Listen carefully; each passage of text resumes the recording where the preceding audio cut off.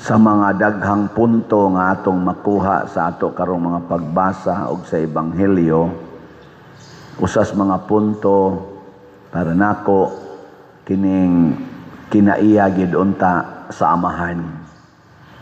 Dunay duha ka amahan dinhi, si David ug si Jairo.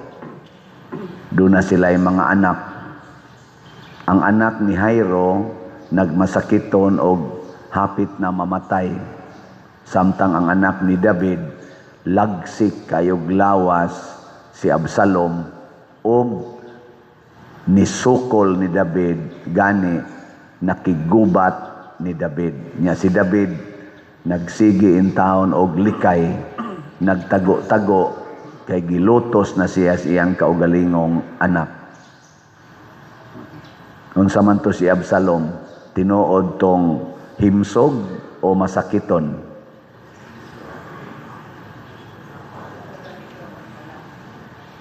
Sa tinud-anay, kining duha ka anak pulos ni masakiton. Kay kadtong anak nga 12 anyos ni Jairo masakiton sa lawas pero buotan sa espiritu. Kini si Absalom nga anak ni David himsog sa lawas, masakiton sa kalag kay naglagot naman siya siyang papa. Ni kudita siya, rebellion, ni rebelde. Kay gusto siyang iyan ang pulihan ang iyang papa. Lingay mong tupad, inaunsay imong sakit karon.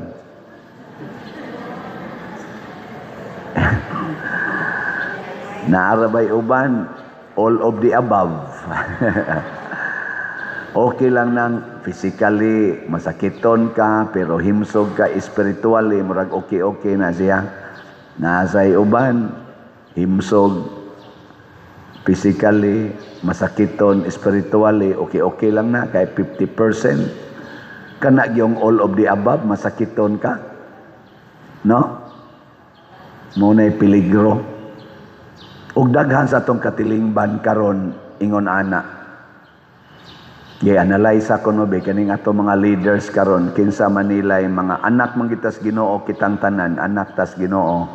Kinsa man ang atong mga leaders sa politika lang usa ay lamig i-apil usa sa simbahan. Kinsa may masakiton, unsa may mga sakit ani na kay naa man gitay sakit no? Unsa may sakit ni Marcos og sa iyang mga kauban, ni Duterte og sa iyang mga kauban og sa mga Pinklawan. Unsa may ilang sakit? Physical, spiritual, or all of the above? Kusuga sa ninyo mo hukom. Gipangutana ta mo ganihan, natawa ra mo kung sa inyong sakit niyan. Ngari nagislaing tao, kusog kay manghukom. Ingon ra ba si Kristo ayaw pang hukom. Na ang atong amahan sa langit gipakitaan ang iyang kasing-kasing ba sa atong amahan sa langit gipakita sa kasing-kasing ni David o sa kasing-kasing ni Jairo. Labaw na gyud sa kasing-kasing ni David. Ngano man ang tinuod yung amahan mubati gyud sa kahimtang sa iyang anak. Dili gyud malipay ang amahan nga ang iyang anak masakit o kaha mamatay. Kinsa ninyo dinhi ang wa gyud kapasakit sa inyong mga anak either spiritually or physically. Kanang wa gyud mo kayaw-yaw, wa gyud mo kabunog sa inyong mga anak. Taas sa kamot. Wa gyud mo maliwat ni David. Wa maliwat mga animal gyud mo. Mao na atong style. Nga naman, tungod kay di ta gustong masakitan, pasakitan nato ang nakapasakit nato. Mao na ang kinaiya sa mga yawanon.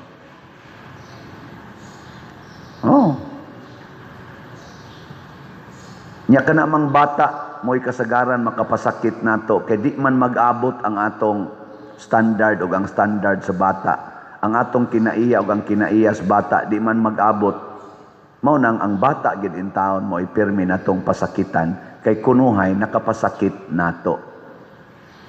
Pareha nagong mangutaw ka nya imo nang gitumpi mo abot ang bata bungkagon kay gusto man ginang bata og bungkag. Gusto na siya kanang kalat ba. Pamunluton gina ang angeng bunluton, di ba? Maana ng batang gagmay.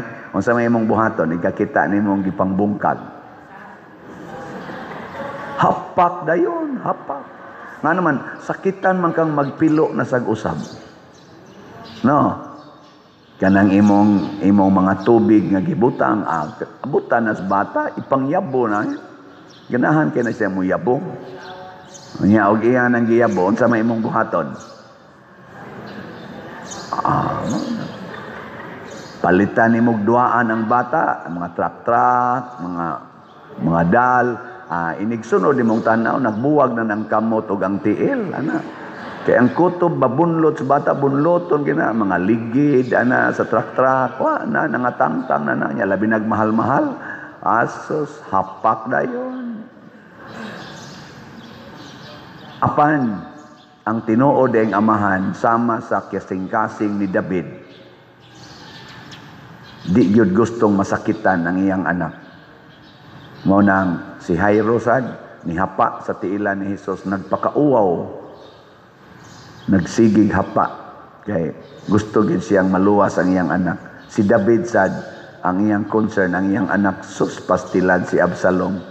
Nangita siya siyang anak, iyang amahan nga champion sa gubat, na buntog ang tanang mga kaaway. Siya nagtugatugag rebellion, nasangit lang sa kahoy. Kay kadanghag yun, kadanghag. Gasakay sa kabayo, wa kabantay, nga naikahoy, wa yun mo upo. Nagtuyhad lang naong. Nasangit. Imagina, dito ra siya nasangit sa sangas kahoy tugang, yung liog na siyat dito. Nya kay buhi-buhi pa man, gitiwasan kay ang mga sakop ni David, ni sugat man ngadto kay mo dipinsa. Mo dipinsa bagi sugat nila samtang layo pa. Kaya nagpadung naman, mo atake man di gisugat. Pagkaingong nasagit si Absalom kay siya may leader, ingon dayos Huab ang leader sa sundao ni David. Di tanan ni ang angon, tiwason tanan ni kay mabuhi ni muabot ni dito, di ra ba tumusukol atong amo. Kay ang gusto ni David di man sila musukol, mulikay ra man sila. Kay anak guna niya. Aron ni mahunong ni mga sundao di na nimpadayon patyon taning ilang leader tugsok dai niya og tulo ka udyong aperti patayan aperti lipayas sundao ni David nga ni report kamahalan dakong mayong balita. Ang pangutana si David, kumusta ma akong anak si Absalom? Insap, hinaot pauntang ang tanan ni mong kaaway, maliwat niya. Pasabot, namatay. Sus, si David Porti manong hilaka. Ni Buidro man nga dos babaw, nagsigi magminatay dito. O ilang nabati nga nagsigi. Ingon, Absalom, anak ko, Absalom, anak ko. May pag ako'y namatay, dili ikaw. Kamu ba kanang inyong anak nga masinupakon kayo, kanang inyong mga anak nga porting suyo, punya mangawat pag yun, nagpakauaw lang nimo, gipusil sa pulis kay nisukol sad. Moingon ka, may pag ako nalay gipusil kaysa ikaw. Mo anak mo, kamo.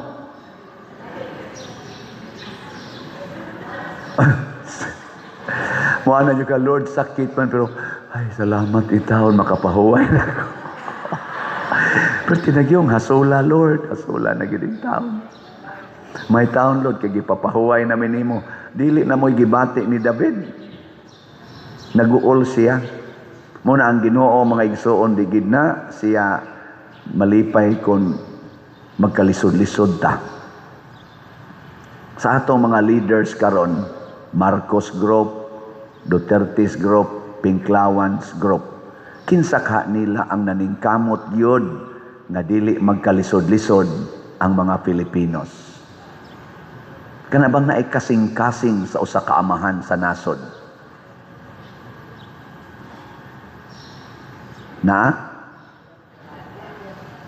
Ayon lamog tingog.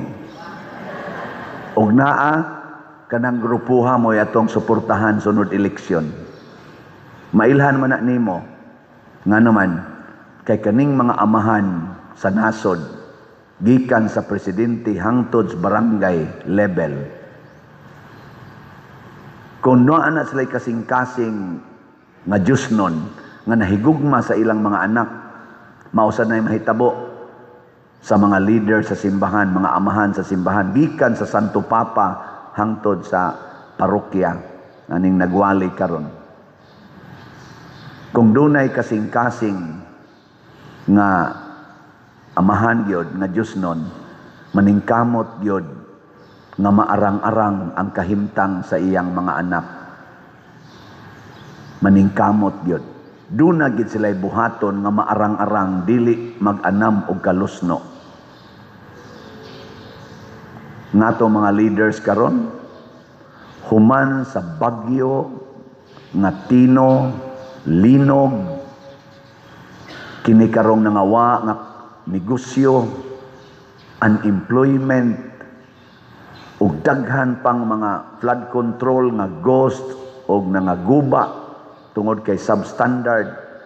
Human ining trillions of money nga nawa tungod sa corruption nga na-recognize na gininato tanan. Ang ilang focus karong tuiga, impeachment sa Vice Presidente. Impeachment. Nagkisi-kisi sila pag-impeach og balik sa Vice Presidente. Kadtong impeachment sa Vice Presidente nga gi-file sa 2025 nga niabot sa Senado pero gi-filean og apilar ngadto sa Supreme Court, nya gidesisyonan sa Supreme Court nga unconstitutional. Ang atong presidente sa Senado ug ang pipila ka mga congressman misaway sa desisyon sa Supreme Court. Nya kaning atong senador, presidente sa Senate, di man na siya abogado, komedyan man na mo nang nisikat og maayo. Di na siya abogado, asa naka-eskwela og law. Iyang gisupak o gi-question o gisaway pagyod o gi-accuse pagyod nga overreach, judicial overreach. Nga niresulta gani nga niingon siya may pag-usbunta na ning konstitusyon kay nagpatuyang naman nig interpret ning Supreme Court. Murabag yang giingon ba nga di naman sila ka mao mo interpret nga bisan gani kuno ang first year law student makasabot man sa kasimple ni ahinoy mga justices sa Supreme Court, di man hinoon kasabot para niya ba? Kinsa man ning lidera nga mo koreksyon sa mga banggiitang mga justices sa Supreme Court unya nagka-unanimous decision pagyod sa maong desisyon nga di man siya law student, di sad siya law graduate, samot nang di siya lawyer. Hilas kayo gid ba? Hilas. Maunay mga kasing-kasing sa mga amahan sa atong nasod karon nga wa gyoy pagmahal. Nya gahapon pizza dos, duha dayon ka impeachment nga gi-refile kunuhay sa dito sa Congress. Duha ka impeachment ang gi-file against sa Vice Presidente. Pero unsa may gisulti sa Supreme Court sa ilang desisyon sa 2025, mapailan lang og tungod aning 1-year ban, mapailan og balik og impeachment ang Vice Presidente inig February 6. February 2 pa lang ni file na sila.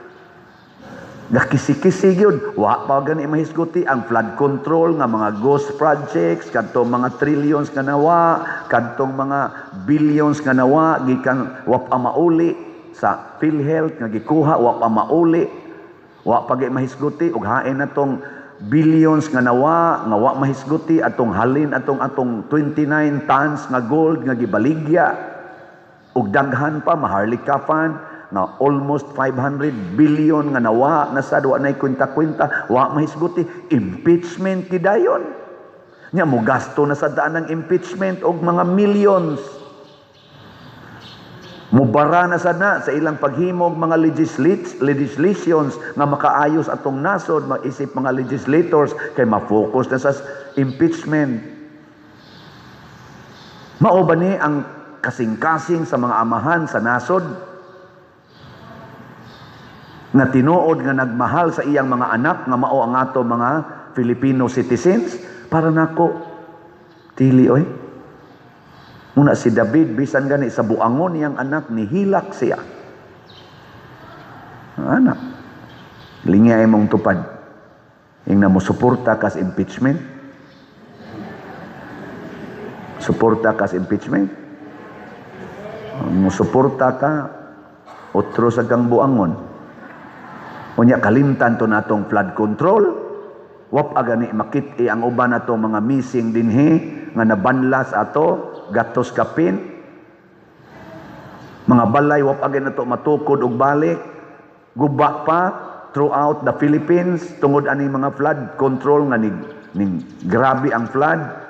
Kalimtan na nato kanang PhilHealth nga daghan na kay karong di nakapatambal, tagaan na lang og biogesic maglisod pagani kay wa nay budget ang PhilHealth. Kalimtan na nato ang dako kay kwartang nawa sa PDIC nga namiligro ang ato karong mga insurance sa ato mga businesses o sa mga depositors. Kalimtan na nato tungod lang aning impeachment nga nakasintro sa 125 million nga gi-accuse na abuse of confidential funds sa Vice Presidente nga tagaan ng judgment sa COA nga way anomaliyang nahitabo sa paggamit sa confidential fund. Nya mao ginay atong utingkayon kay lagi abuse gina, impeachable gid siya. Wa na ta kasabot. Mo na kita maningkamot ta.